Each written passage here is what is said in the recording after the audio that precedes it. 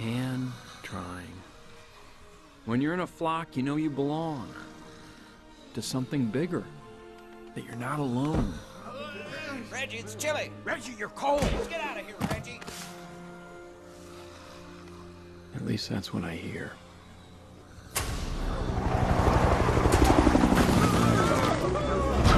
Listen up. Reggie's been right all along. They are fattening us up so they can eat us. They're right outside! Finally, after all these years, that's what I've been waiting to hear. Reggie was right.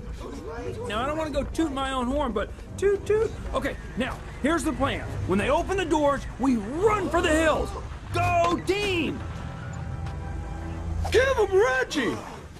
What? Yeah, give him Reggie. He's the anti-corn. Whoa, whoa, we got it all wrong! Sacrifice it. We gotta stick together on